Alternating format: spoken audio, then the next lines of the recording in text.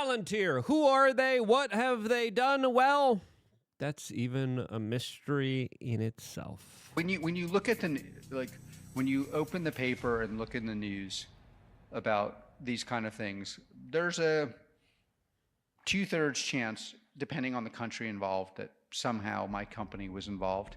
How were they involved, especially when it comes to some of the biggest national security cases of our time regarding the pagers, regarding bin Laden, regarding, of course, now suppression of speech that's happening in the UK government that, of course, is not disclosing their contract deals with this company as Donald Trump is giving them essentially all of our data. Why? What's going on here? As of course, some people have given this company a charitable explanation that we're going to be going over in this particular video, arguing both sides of the aisle here to how this is a good idea and how this is an absolutely technocratic, terrifying, apocalyptic Armageddon type of idea that some say is inevitable. What's really going on here?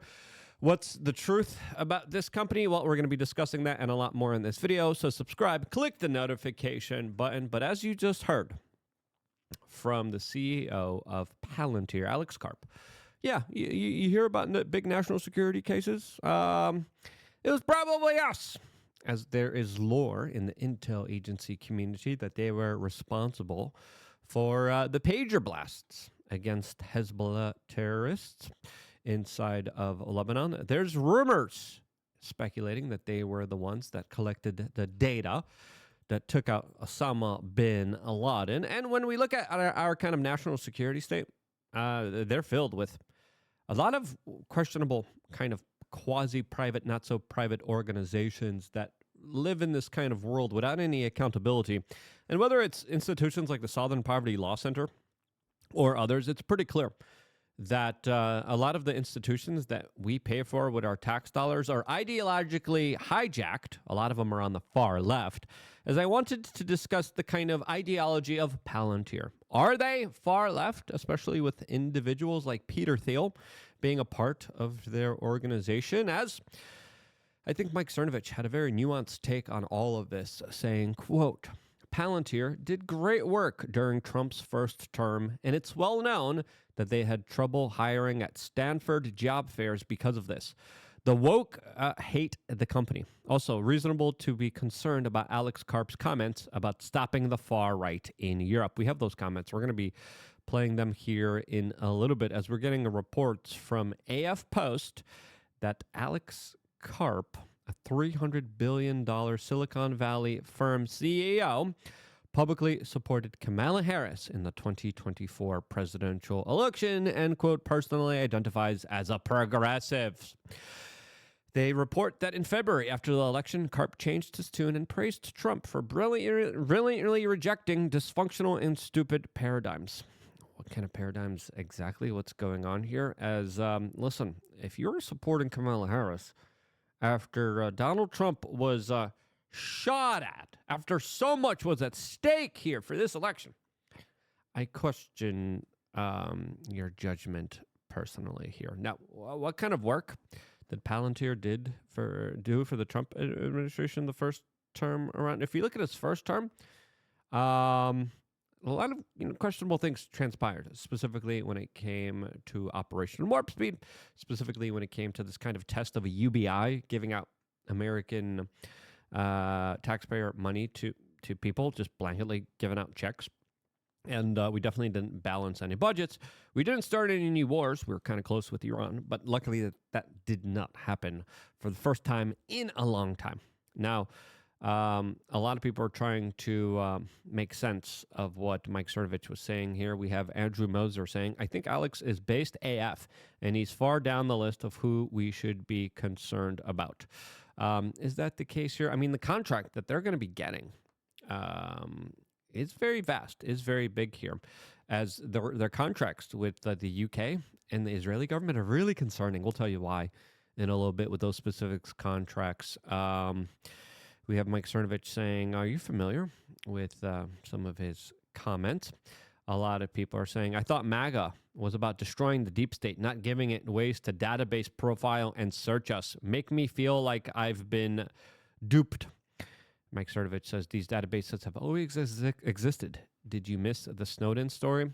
Yeah, they did. But now being in the hands of a kind of more AI advanced private type of intel agency organization that doesn't have any kind of oversights, that definitely will prevent any type of whistleblowers or very strong NDAs and disclosures. That's the concerning part. Someone wrote, "Is this a pro Palantir tweet or not? I can't understand your stance." And he responded by saying, "Good." And of course, there's a layer of even just talking about this company that makes you wonder, are you going to be a part of their hit list for talking about negatively about their company? As of course, we have to understand here, Palantir has already scraped the data from all of your social media profiles, already has identification programs, artificial intelligence programs at play here that are gathering information and data on you. And there's an estimated, according to some sources, $1 to $2 million, 1 to 2 million person list already that exists that describe the quote enemies of America. Now, what does that mean? What's the classification? What's really going on here? We don't know. I think we should know. Before getting into that and the contracts that are happening in the UK and the new board of kind of directors that they have and the contracts in Israel, before talking about that, we wanted to talk about the bestpoliticalshirts.com because they're the bestpoliticalshirts.com. Who needs a technocratic, all-seeing dystopian 1984 Orwellian spy program to understand who you are when you can just tell everybody through wearing a T-shirt? Yeah, it's that simple, guys. Boom. This is who I am. The shirt that I'm wearing right now, it says, "Y'all went from sheep to lab rats."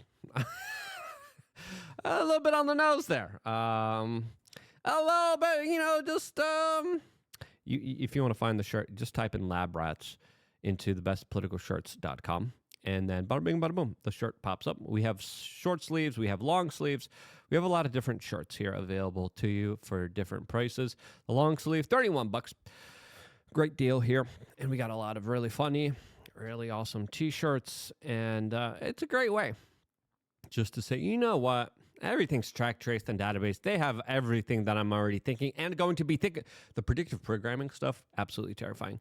But you can't predictively predict how many liberals and woke people you're going to trigger with some of these shirts at thebestpoliticalshirts.com.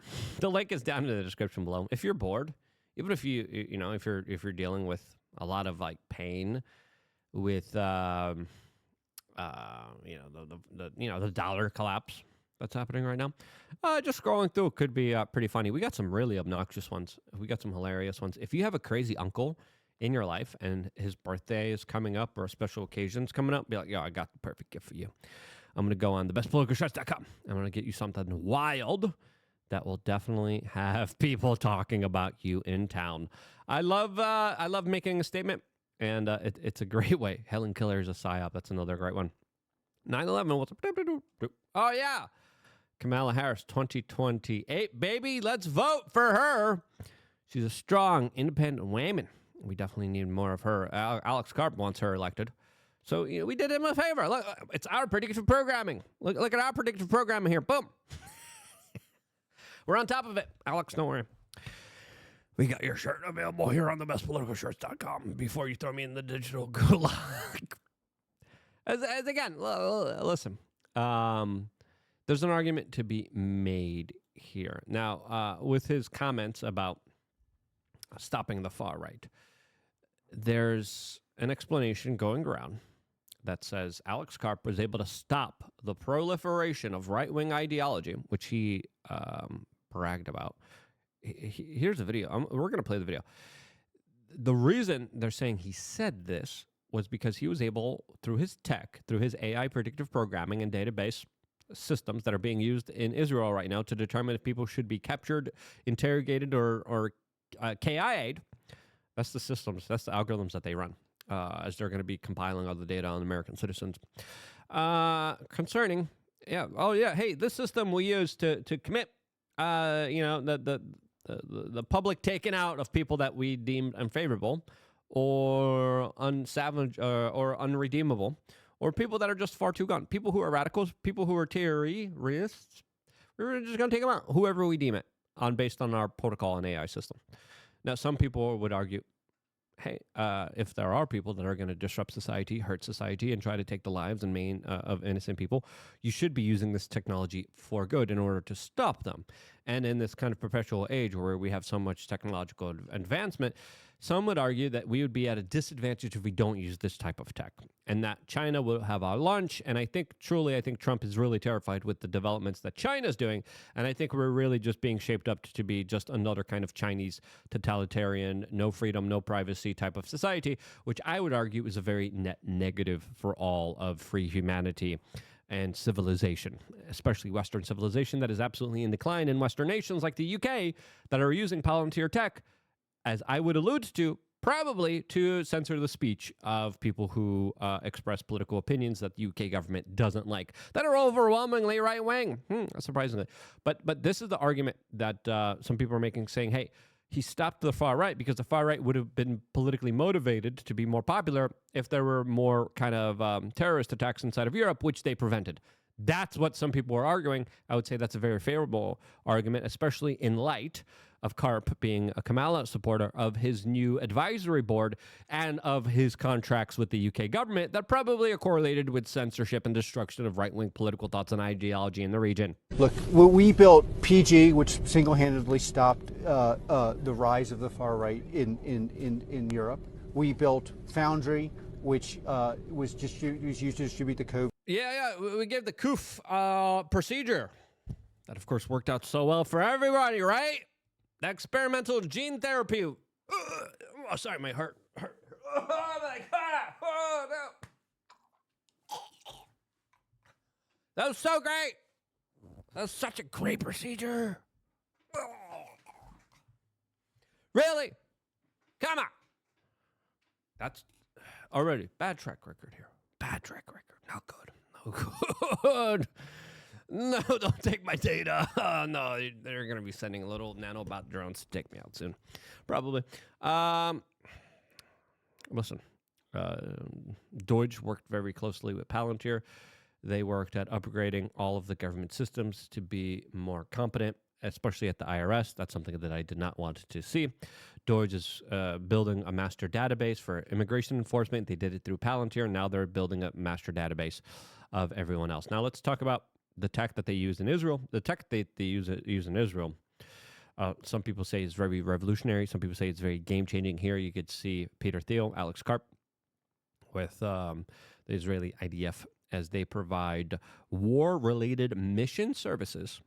And they're using AI, advanced tech, surveillance, and predictive programming tools in order to designate people, whether they should be let go, in prison, interrogated, or just obliterated and taken out. This is the kind of test ground, battleground for this type of new sophisticated forms of technocratic warfare that truly, to me, is just terrifying. And whether you like this company or not, whether you think this company is based or not, I think where we are going with these advancements, with these developments, is worrying. From someone who cares about my privacy and civil liberties and the Constitution and the Bill of Rights, it's easy to make an argument. All of that has been just eviscerated. All of that has just been destroyed in exchange for government becoming more powerful, more efficient at, quote, ruling, controlling almost every aspect of our lives, which I find ridiculous. Now, UK police forces have dodged questions about their involvement with Palantir, as the UK government has a big, extensive contract with them. And they're using this type of U.S. spy tech firm for, quote, policing. Now, the UK government and the UK police withholding details about their Palantir contract is concerning, because when we look at what the UK government and the UK police have been doing, they automatically came out and said, yeah, grooming gangs hurting children, it's gonna look bad if we arrest them, so we're gonna let the grooming continue of thousands of British children that are being hurt here by these immigrants that we allow in and just open the door for, and we take care of through the tax-paying dollars of the families of the children and the girls that are being groomed here. Yeah. And we don't want to seem culturally insensitive, so we're going to let these guys get away with grooming and hurting your small children. Oh, Prince Andrew, someone we don't want to investigate. Oh, you made a comment that offended someone. Jail. bloke, you're going to jail immediately, as the British police make about 30 arrests a day for online offensive messages. Now, what is considered offensive? Whatever someone is offended by, which is a big, long list that, of course, is expanding and is growing. Is Palantir a part of that? The fact that they're working with the UK government and the UK police and not releasing the details hints at the possibility that this is probably true, as the UK is the perfect type of government system that is implementing the latest and greatest surveillance big brother tech that is absolutely Orwellian. As the UK police threaten to prosecute speech, and they even prosecute people who share stuff that, quote, is fake news. If the UK government deems something fake news, they're like, oh, you shared fake news. That is an arrestable offense. As the crackdown, the blacklist on websites, the censorship that's happening there is highlighting just absolute destruction of the free speech and the free press that is absolutely being obliterated. There's UK riots. The UK police made sure to get rid of their violent criminals in order to put people in there that were expressing opinions about these riots that weren't, quote, multicultural, that weren't diverse, that weren't woke. There's people in the UK being arrested before they start to conduct civil disobedience actions. When we look at the blackouts, the takedowns, the censorship efforts, it is draconian because a lot of it revolves around destroying right-wing political populist speech. Okay? And what the UK government issues statements saying, you better think before you post, you better think before you share, we're going to go after you, we're going to find you. How are they doing it? They're probably using this type of sophisticated AI tech. Now, having this type of extrajudicial assassination list that they're building in Israel on top of that, creating a list of dissidents in the United States, not good, because slowly and surely we're seeing a lot of very troubling kind of developments here. As Dr. Naomi Wolf came out and said, Palantir announces new federal advisory board members as Dr. Deborah Bricks is about to run our health and maybe our country. You heard that correctly. As Thomas Macy responded to this by saying, Dr. Bricks is the worst type of person that gets into government. A complete hypocrite, holier than thou, telling lies cloaked in Fox science with the imprimatur of government legitimacy and never held accountable. So she will rinse and repeat. Yeah, this is horrible. Dr. Deborah Bricks. I mean, we're talking about how these people abused, there she is right here, abused a lot of their positions of power, abused the American people in some of the most awful, most horrible ways during the coup time, which Palantir was using in order to help propel this type of procedure that... We're on YouTube. We can't say certain stuff here, which is a little crazy still. Soon we won't be able to say anything. You know, the nanobots and those little small gone. And then we'll be replaced by AI systems, and no one will know we will ever be gone. And then we're just, I'm taking out. Oh, yeah. Oh, look, still uploading videos. And it's going to be an AI version of me being like, government good, government great, spazzing out. The AI voice models have a very difficult time mimicking and copying my voice. Good. That's because I have a lot of inflection when it comes to my outrage about this dystopian, technocratic, insane future that all of us are designated to live under. Again, whatever happened to the days of privacy, to the days where we didn't track, trace, and database everything. I think there's an argument to make for that. And again, I think Donald Trump, what he's doing here is saying, you know, Palantir, they did good work before. They're going to do good work now. We're going to make sure that we're going to be on top of it. We're going to be technologically advanced, just like the Chinese are. And in reality, it's a system ripe for abuse. Now, whether this company is a good company or not, I mean, time will tell. But whenever you give godlike power to small, unaccountable private agencies that don't even have any kind of transparency or need to be accountable in any way, just like government agencies do. Whenever you have that, I think you have room for concern. Get a shirt on thebestpoliticalshirts.com. We appreciate you guys doing that and supporting this independent media organization. We wouldn't be here. It's a little scary talking about these issues because you're kind of thinking about it. I'm like, oh, yeah, I'm probably on the dissident list now. You shouldn't be, especially when we're just having honest and real conversations. But the world that we're living in now, criticisms are deemed offensive and arrestable offenses in places like the UK. Now, does the UK contract with Palantir about those issues? We don't know, to be factually correct here. But is there a probability that this happens? Probably. I love you guys. Stay tuned for more, all here exclusively on youtube.com/weareChange.